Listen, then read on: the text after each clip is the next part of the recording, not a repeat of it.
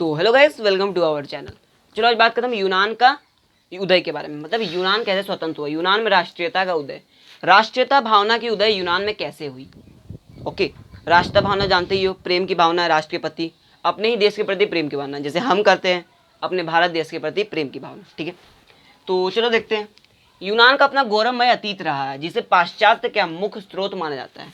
यूनान क्या है, उसका गौरवमय अतीत रहा है, मतलब वो गौरवशाली देश था। ठीक है, उसका पाश्चात्य का मुख्य स्रोत माना जाता है, पाश्चात्य का मुख्य स्रोत माना जाता है। यूनानी सभ्यता को देखकर विभिन्न यूरोपीय देशों ने अपनी तरक्की शुरू की थी। कैसे की थी?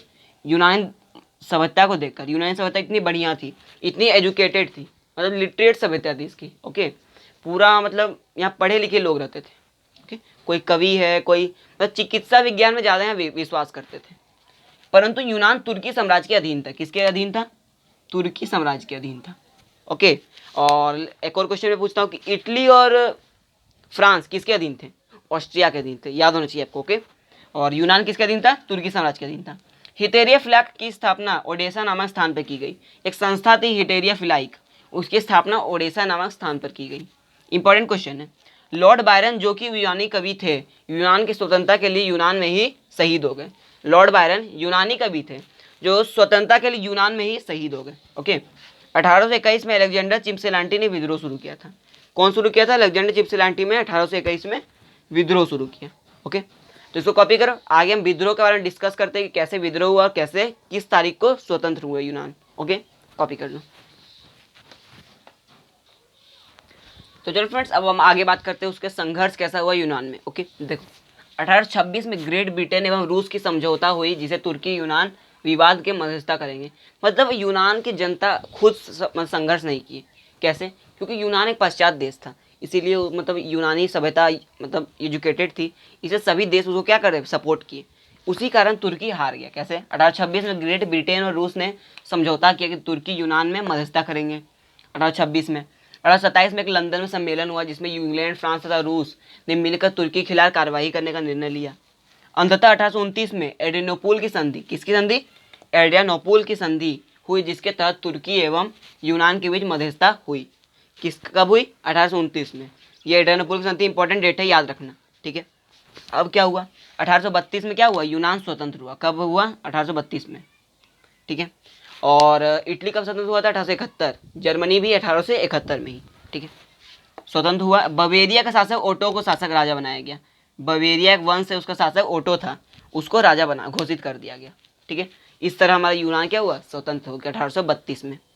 अब बात होती है रूस के बारे में, हंगरी के बारे में। ठीक है, हंगरी एक देश था। इसको कॉपी कर लो। हो गया कॉपी? चलो, अब हमारा चैप्टर खत्म होने वाला है, ये हमारा लास्ट विद्रोह था। ठीक है, चलो अब बात करते हैं हंगरी के बारे में। हंगरी की राजधानी क्या है, पहले मुझे ये बता दो। इंपॉर्टेंट क्वेश्चन है, ऑब्जेक्टिव क्वेश्चन में आता है। हंगरी की राजधानी बताओ। हंगरी की राजधानी क्या है? क्या है? बुडापेस्ट। क्या बोलते हैं उसको? बुडापेस्ट। अच्छा बताओ, हंगरी की राजधानी बुडापेस्ट आप बता दिए। अच्छा बता, पोलैंड पर किसका शासन था?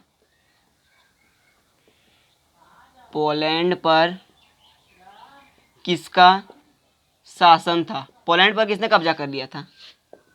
रूस ने। ठीक है, ये याद रखना।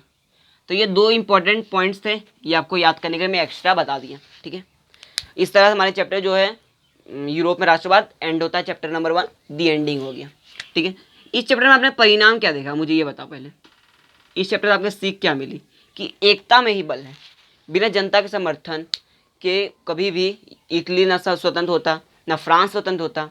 ठीक है, क्योंकि 22 फरवरी 1848 को क्या हुआ था?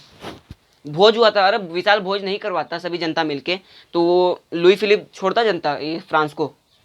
ऑब्वियसली नहीं छोड़ता। ठीक है, तो उसके बारे में आप एक एक पॉइंट्स याद रखना। मैं जितना भी नोट्स लिखाया है उस सब में कहीं ना कहीं ऑब्जेक्टिव क्वेश्चन छिपा हुआ है, और जितना नोट्स लिखाया है उससे एक क्वेश्चन बाहर नहीं आने वाले ऑब्जेक्टिव में, मैं आपको इतना गारंटी देता हूँ। जितना लेक्चर्स में मैं 4 या 5 लेक्चर बताया हूँ इस चैप्टर का, उस 5 लेक्चर्स में आपको जितना पॉइंट्स में लिखाया हूँ सब रट जाओ। ठीक है, सब रटने के बाद आपको शॉर्ट आंसर क्वेश्चन भी बन जाएंगे, दीर्घोत्तरी क्वेश्चन भी बनेगा कुछ कुछ। कुछ कुछ क्या लगभग सभी बनेगा, क्योंकि मैं दीर्घ उत्तरीय रूप में पॉइंट्स हर पार्ट के लिखा हूँ। 1830 की क्रांति के बारे में दीर्घ उत्तरीय, मतलब पूरा पॉइंट्स और दीर्घ उत्तरीय के रूप में, ठीक है। शॉर्ट आंसर, ऑब्जेक्टिव तो एक भी छूटेगा नहीं, ठीक है। मैं सोच समझ के पॉइंट्स बना के लिखाया था। तो आज के लिए इतना ही। हमारा अगला लेक्चर और अगला चैप्टर हमारा क्या है, भारत में राष्ट्र सॉरी, हम अगला लेक्चर पढ़ेंगे रूस में क्रांति, ठीक है। तो इतना ही, पढ़ाई करते रहिए, ऑल द वेरी बेस्ट।